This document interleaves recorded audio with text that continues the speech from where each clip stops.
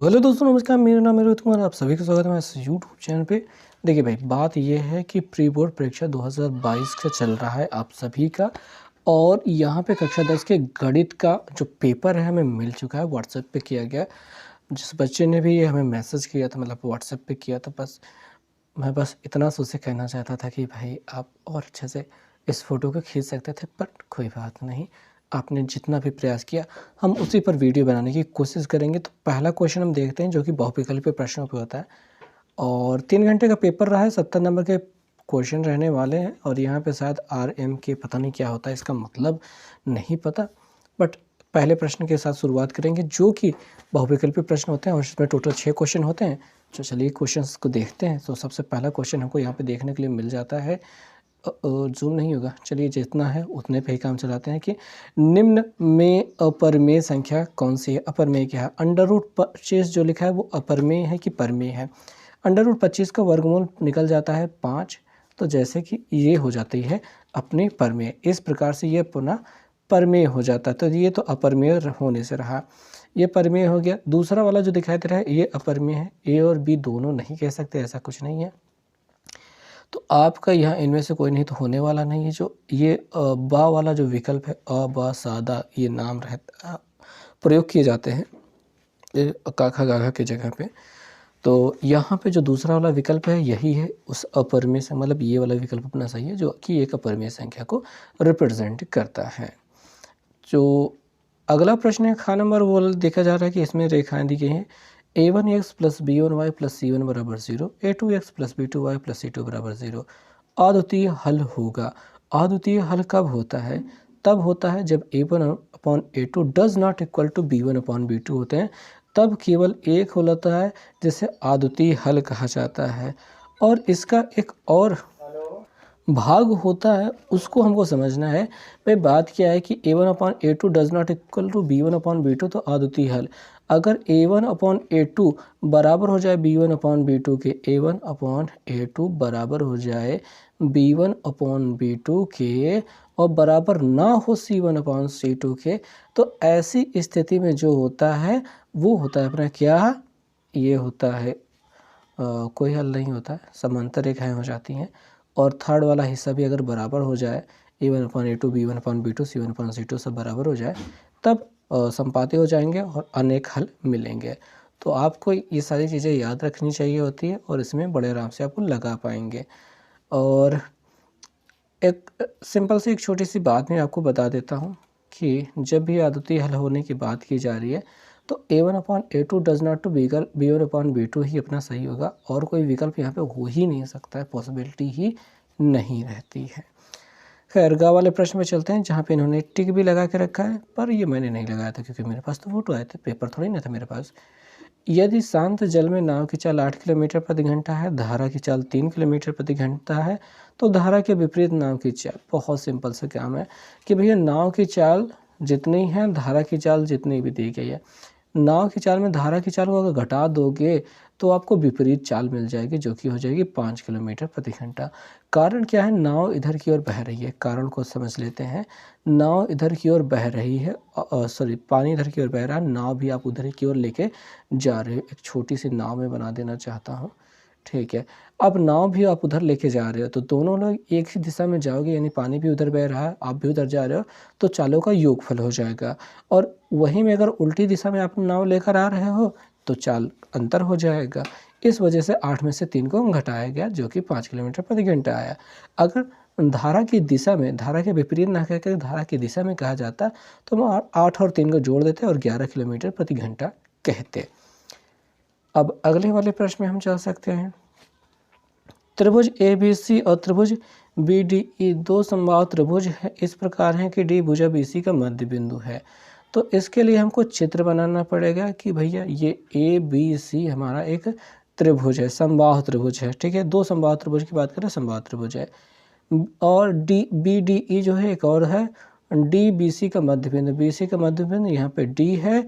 और एक समबाहु त्रिभुज बनाना है तो कुछ इस प्रकार से ही समबाहु त्रिभुज बना पाओगे, E को यहाँ पे रखना पड़ेगा। अब ऐसे में तब ये जो ABC है और जो BDE है, जो बीच में छुटका हुआ त्रिभुज बना है उसका, इन दोनों के क्षेत्रफलों का अनुपात क्या होगा। अगर बड़े वाले त्रिभुज की बात करें और इस छोटे वाले बीच में जो बना हुआ है इसकी त्रिभुज की बात करें, चूंकि मध्य बिंदु का प्रयोग किया गया है, भैया याद रखेंगे मध्य बिंदु का प्रयोग किया गया है, इसका मतलब ये जो BD होगा उसका क्षेत्र, उसकी जो भुजा होगी BC की आधी होगी, BD आधा होगा। तो भुजाओं का अनुपात त्रिभुज ABC की भुजा के साथ 2:1 का बनेगा और इनका क्षेत्रफलों का अनुपात 4:1 का बनेगा।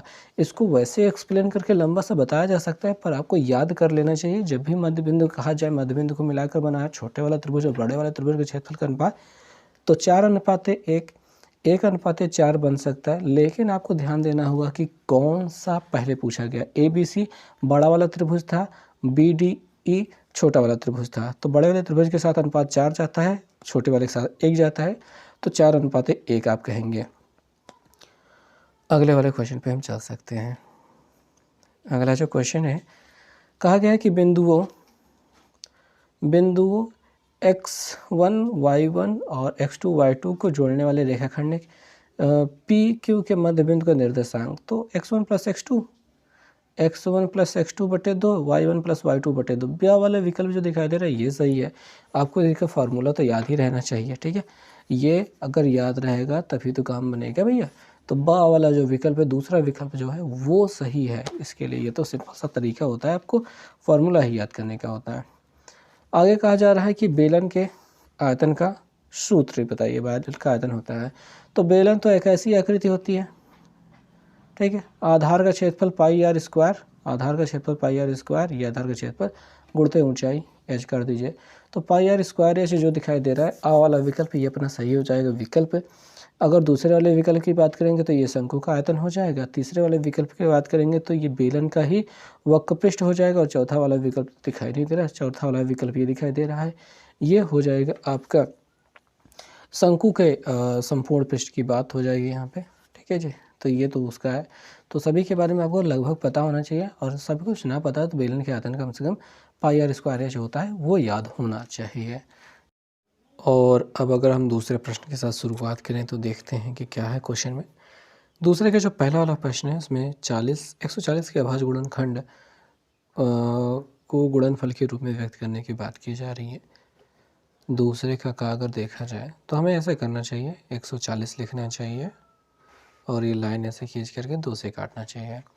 कितना मिल गया 70, 2 से काटने पर कितना मिल गया 35, 5 से काटने पर 5 7 35 और 7 से काटने पर 1 मिल जाता है। तो यहाँ पे 140 बराबर हमको 2 गुणते 2 गुणते 5 गुणते 7 मिल जाता है। और हम यहाँ पे 2 और 2 का गुणा 2 की घाते 2 गुणते 5 गुणते 7 लिखना चाहते हैं। ये ज़बरदस्त बात है, और इससे ज़्यादा या फिर इससे कम करेंगे तो थोड़ा सा नुकसान आपको हो सकता है। सो यहाँ पे ये क्वेश्चन समाप्त होता है। अब अगर इसके खा वाले हिस्से की बात की जाए तो उसमें क्या कहा जा रहा है कि समीकरण है, इनको हल करना है। पहला वाला जो समीकरण है x + 2y = 7 है, और दूसरा वाला जो समीकरण है वो है x - 3y = -8। तो आप कैसे करेंगे इस प्रश्न को? विलोपन विधि द्वारा बहुत ही आसानी से हल हो जाएगा, क्योंकि x और x के बराबर दिखाई दे रहा है। सो हम बस इतना से करेंगे कि हम ऐसे कह दें कि समीकरण 1 में 2 को घटाने पर,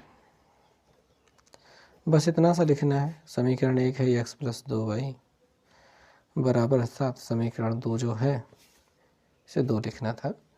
x - 3y = -8 है, घटाते वक्त चिन्ह बदला जाता है, ये कट जाएगा, ये दोनों लोग प्लस में हो गए, जुड़ करके 5y हो जाएंगे, और ये प्लस हो गया था तो 7 और 8 प्लस में हो गया, 8 7 15 हो जाएगा। 5 से कट रहा है, 5 3 15, तो y बराबर क्या मिल गया है 3 मिल चुका है। और अब हमें करना ये है कि y का मान समीकरण 1 में रख देते हैं, इतना ही पर्याप्त रहेगा। y का मान समीकरण 1 में रखने पर, तो x + 2y था तो प्लस लगाया, 2 गुणते y का मान 3 रख दिया, बराबर 7 कर दिया। तो x + 6 = 7 हो रहा है, तो x = 7 - 6 हो जाएगा। तो x बराबर क्या हो जाएगा 1, ये इसका हल हो गया। ये x बराबर 1 y बराबर 3 ही इस समीकरण के हल हैं और कुछ भी बड़ी बात फिर अब नहीं होने वाली है। अब ग नंबर प्रश्न की बात करें तो इसमें क्या कह रहे हैं कि त्रिभुज ABC में AB बराबर 6√3 सेंटीमीटर है। तो इस प्रकार का जो प्रश्न है इसमें हमको कोण ज्ञात करना है और कुछ विशेष बात होने वाले नहीं है भाई। देखेंगे AB बराबर 6√3 है, AC बराबर 12 है, BC बराबर 6 है, कोण B का मान पूछ रहा है। इस प्रकार के जो भी प्रश्न आते हैं, कई बार बहुविकल्पी में देते हैं, कई बार इसमें दे रहा है, अभी इसमें दे रहा है, इन सभी में उत्तर 90 अंश ही रहता है क्योंकि यहाँ पे हम पाताकोश लगाने वाले हैं।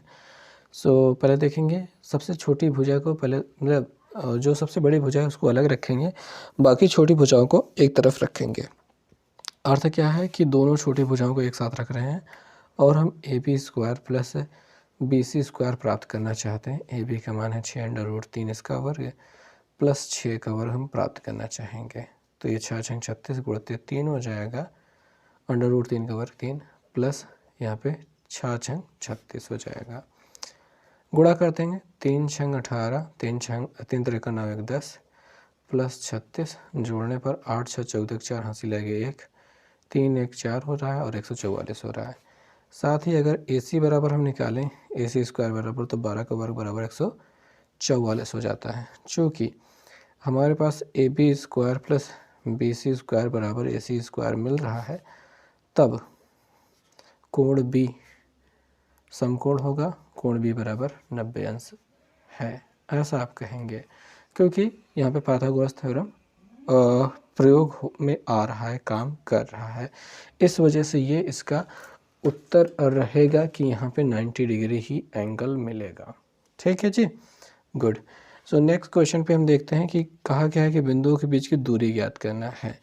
तो जो अगला प्रश्न है घ नंबर प्रश्न, इसमें जो बिंदु दिए गए हैं वो दिए गए हैं 2,3 और है 4,1। इनके बीच की दूरी ज्ञात करनी है। तो ये x1 हो जाएगा y1, x2 y2, दूरी d बराबर होता है √x1 minus x2 whole square plus y1 minus y2 whole square. तो अंडर रूट के अंदर 2 माइनस 4 करने वाले हैं, 2 minus 4 whole square plus 3 minus 2 1 whole square, ऐसा हो गया। और 2 में से 4 घटाने पर -2 मिलता है, प्लस 3 में से 1 घटाने पर 2 मिलता है।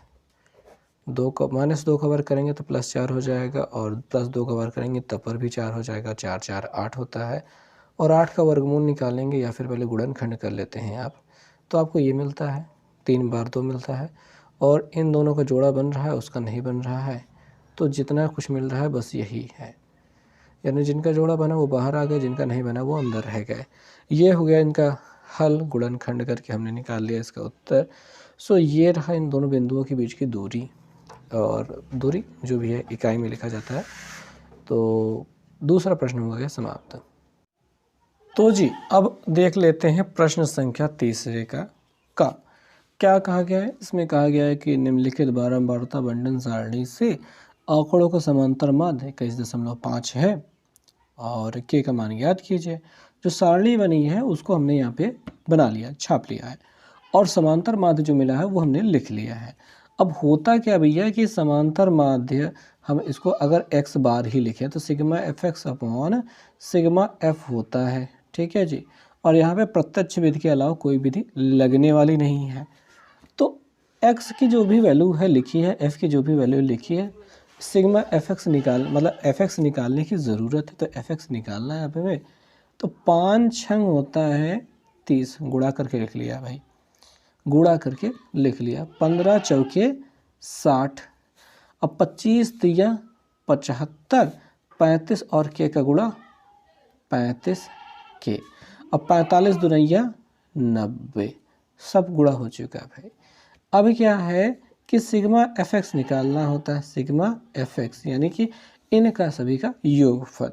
तो देखो कि 60 और 30 होता है 90, 90 90 हो गया यहाँ पे 180, 180 में 75 और जोड़ दो, 180 में 75 कैसे जोड़ा जाए भाई। तो कागज है अपने पास फ्री वाला, क्यों का इसको बर्बाद करें। सो 180 हो गया था, उसमें 75 जोड़ देते हैं तो ये 5 हो जाएगा। 8 7 15 5 हासिल लाके 1 और ये 255 हो गया। अब कहोगे इस 35 को भी जोड़ देना चाहिए था, पर 35 नहीं जुड़ेगा, वो 35 के साथ के है, विजातीय पद हो चुका है। सो हमको मिल गया था 255 और प्लस ये 35 जो है वो के साथ ऐसे रहेगा। इनको जोड़ते हैं, 4 4 10, 3 13 2 15, 15 प्लस के होगा यहाँ पे 15 प्लस के प्राप्त होगा, जो से ये सिग्मा एफ बराबर होगा। अब समांतर माध्य पता है, सिग्मा एफ एक्स पता है, सिग्मा एफ भी पता है, तो रख देते हैं। समांतर माध्य 21.5 था, रख दिया बराबर, इसका मान था 255 प्लस 35 के बटे 15 प्लस के। क्या लगता है आपको क्या करना चाहिए? तिरछा गुणा करना चाहिए, यानी इस हिस्से को इधर ले जाके गुणा कर देना चाहिए। तो गुणा करते हैं, 15 और ये 215 का गुणा करना पड़ेगा, मतलब दशमलव तो लगा है तो गुणा तो करना ही पड़ेगा, लेकिन फिर भी तो 15 पचे 75 का 5 हासिल लगे 7 हो गया, 15 एकम 15 7 15 7 22, 22 को 2 हासिल लगे 2, 15 दूनी 30 2 32 होगा, एक अंक पे दशमलव लग जाएगा और के भी उधर जाएगा तो प्लस 21.5 के प्राप्त हो जाएगा। ये 255 है प्लस 35 के हो जाएगा। अब क्या करना है? पक्षांतर करना है। 255 को इधर भेज देते हैं, इसको उधर भेज देते हैं, तो 322.5 माइनस 255 हो रहा है और इधर 35 के है, ये इधर आके सॉरी माइनस में 21.5 के हो रहा है। घटाते हैं तो इसमें से इसको घटाना है, तो दशमलव के बाद 5 वाला तो कुछ घटेगा नहीं इसमें, तो 5 ही लिखा जाएगा। ये बचा है 2 हासिल लेंगे, इसमें 12 हो जाएगा, 12 में से 5 गया 7 हो जाएगा, यहाँ पे बचा 1 हासिल लेंगे, 11 11 से 5 गया 6, यहाँ पे बचा है 2, 2 में से 2 गया ख़त्म। इधर की ओर आते हैं, घटाते हैं तो 35 में, अब देखो यहाँ पे घटाना ध्यान से समझना पड़ेगा। 35 में से घटा रहे हो 21.5, दशमलव लगाओ, जीरो बढ़ाओ, इधर हासिल लो, ठीक है जी।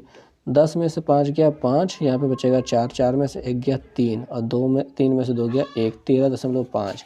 ध्यान से घटाना होता है, नहीं तो गलती तो हो जाती है। 13.5 के हो गया।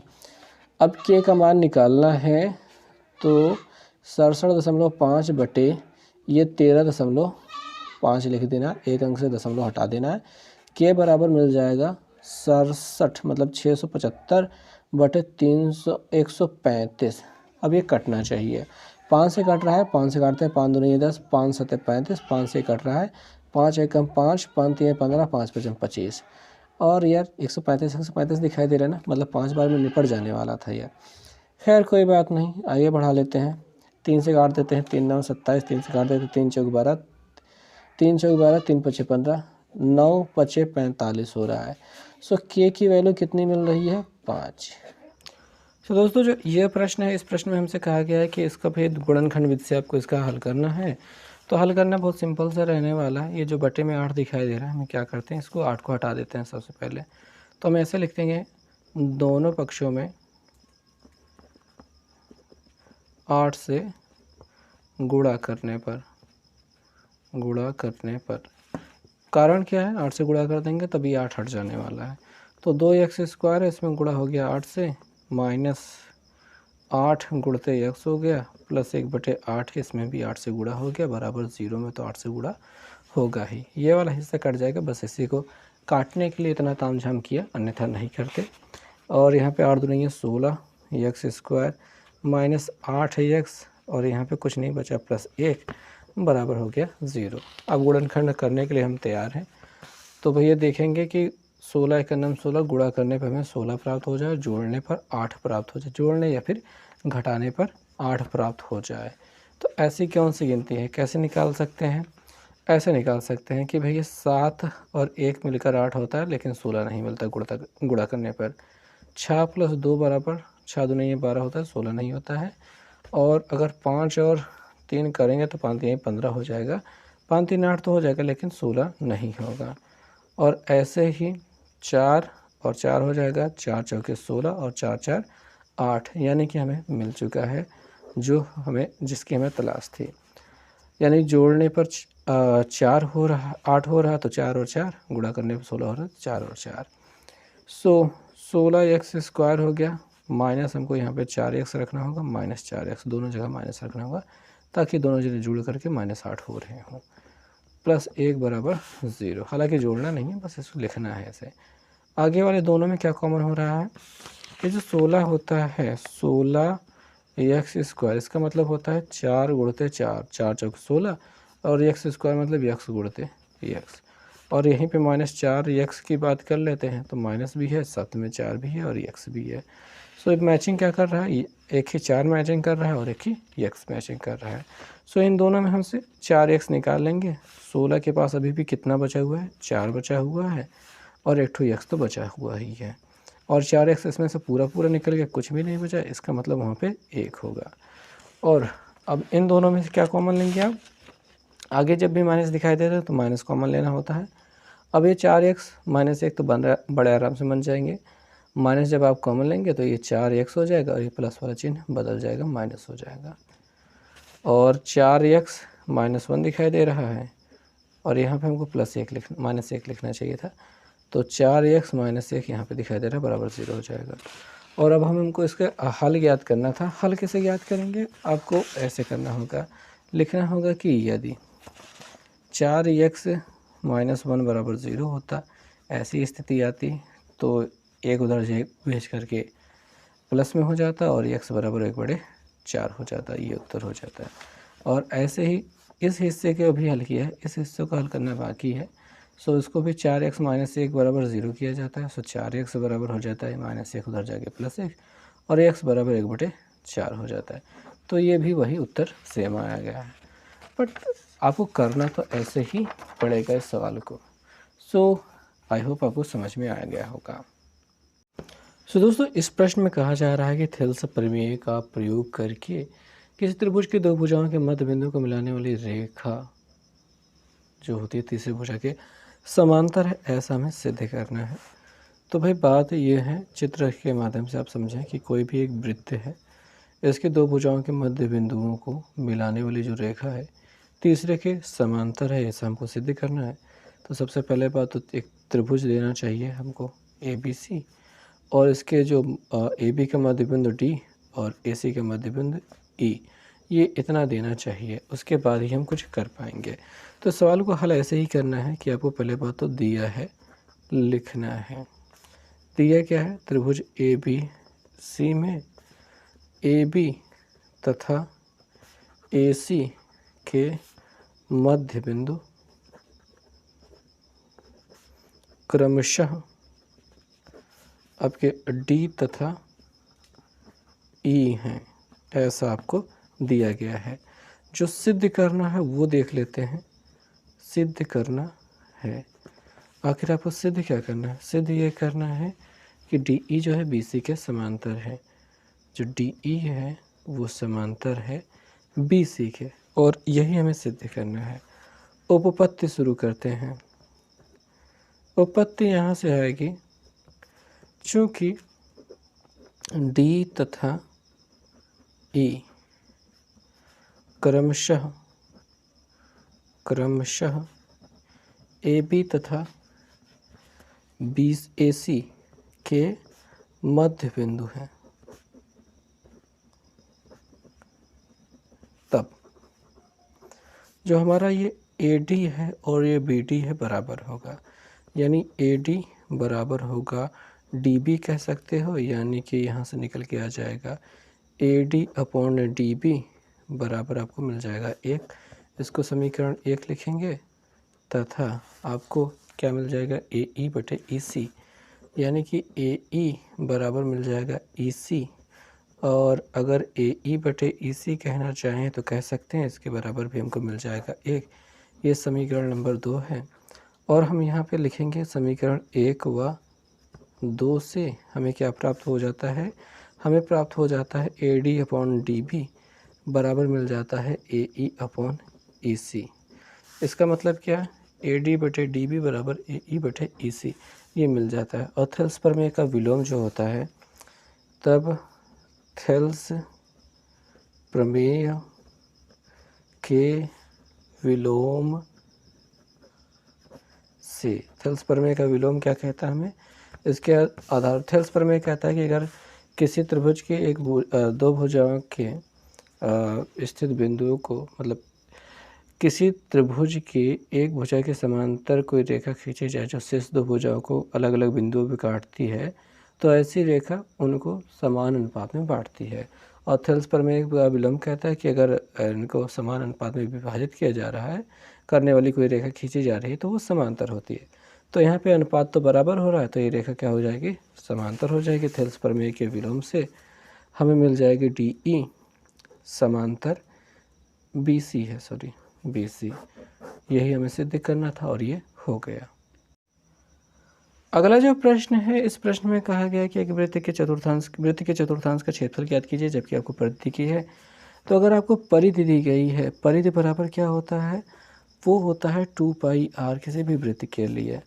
तो 2πr बराबर आपको दिखाई दे रहा है 44 सेंटीमीटर, और r बराबर आप कह सकते हैं 44/2π है। पाई की वैल्यू अगर आप रखना चाहेंगे तो 44/2 गुणते पाई के मान 22/7 वाला ऊपर 7 चला जाएगा। 22 दूनी ये 44 होता है, 2 से 2 कट जाएगा, और ये 7 अकेले दिखाई देगा, जो कि सेंटीमीटर में हम आपको इसकी त्रिज्या कह सकते हैं। अब अगर हम बात कर लेते हैं कि इसके चतुर्थांश का क्षेत्रफल, चतुर्थांश का क्षेत्रफल का अगर सूत्र लिखना चाहेंगे तो πr² यानी वृत्त का क्षेत्रफल बटे 4, चतुर्थांश का क्षेत्रफल तो यही होता है। पाई का मान आप 22/7 रखेंगे, r का मान कितना है? 7 है, तो 7 गुणते 7 हो जाएगा, बटे 4 है तो 4 रहेगा, 1 ही 7 से कट जाएगा, 2 से काट देंगे 11, 2 से काट देंगे तो 2 मिल जाएगा, 11 से 77 हो रहा है, 77/2 मिल जाएगा। 2 से इसे भाग कर देना ज़्यादा सही रहेगा। तो 2 तिहाई 6 हो जाएगा, 2 सत्ते 14, नहीं 2 और 16, 2 अट्ठे 16 जाएगा, और 2 फिर 5 लग जाएगा। ठीक है, आप इसको भाग कर लेंगे, 38.5 सेंटीमीटर स्क्वायर मिल जाएगा, जो कि चतुर्थांश का क्षेत्रफल होगा।